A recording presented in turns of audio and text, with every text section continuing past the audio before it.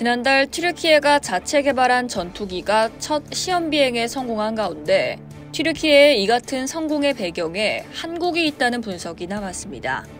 14년 전 튀르키예 공군 고위 관리가 한국을 방문해 항공기 개발 상황을 조사하고 돌아갔던 것이 튀르키예 전투기 개발 추진의 도화선이 됐다는 겁니다. 주한 튀르키예 대사관은 지난달 22일 튀르키예가 자체 개발한 전투기 칸의 첫 시험 비행에 성공했다고 밝혔습니다. 또 튀르키예 항공우주 산업에 따르면 전날 튀르키예 수도 앙카라의 무르테르 비행장에서 튀르키예 전투기 칸이 13분 동안 첫 비행에 성공했는데요. 칸 전투기는 첫 비행에 앞서 비상 탈출을 위한 조종석 검사 등 관련 사전 검사를 모두 통과한 것으로 전해집니다.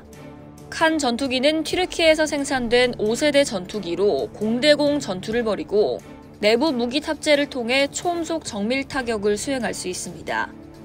AI 인공신경망 지원으로 전투력을 강화할 수도 있는 것으로 알려졌는데요. 이들은 군의 노후화된 전투기를 대체할 뿐 아니라 미국산 F-16을 대체하기 위한 목표로 생산 개발됐죠.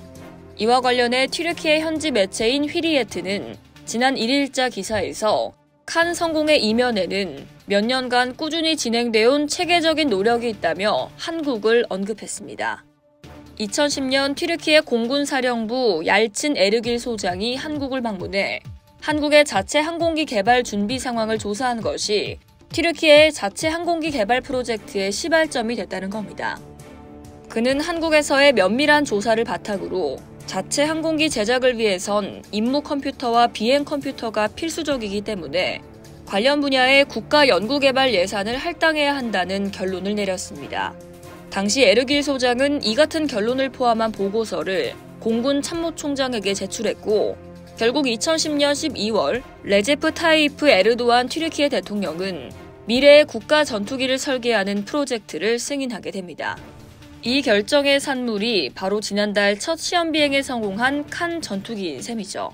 한편 벌써부터 칸 전투기에 큰 관심을 보이고 있는 나라가 있습니다. 바로 우크라이나인데요.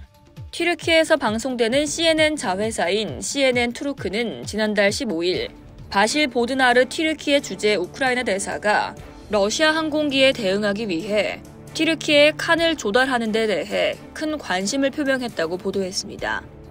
당시는 튀르키예가 첫 시험 비행을 진행하기 전이었음에도 불구하고 그는 우리는 칸 전투기를 구매할 뿐 아니라 사용도 할 것이며 어디에 배치할지도 생각해두고 있다고 밝혔는데요. 그러면서 칸 전투기용 엔진 개발을 위해 튀르키예와 계속 협력하고 있다고 덧붙이기도 했습니다. 이상 월드디펜스였습니다.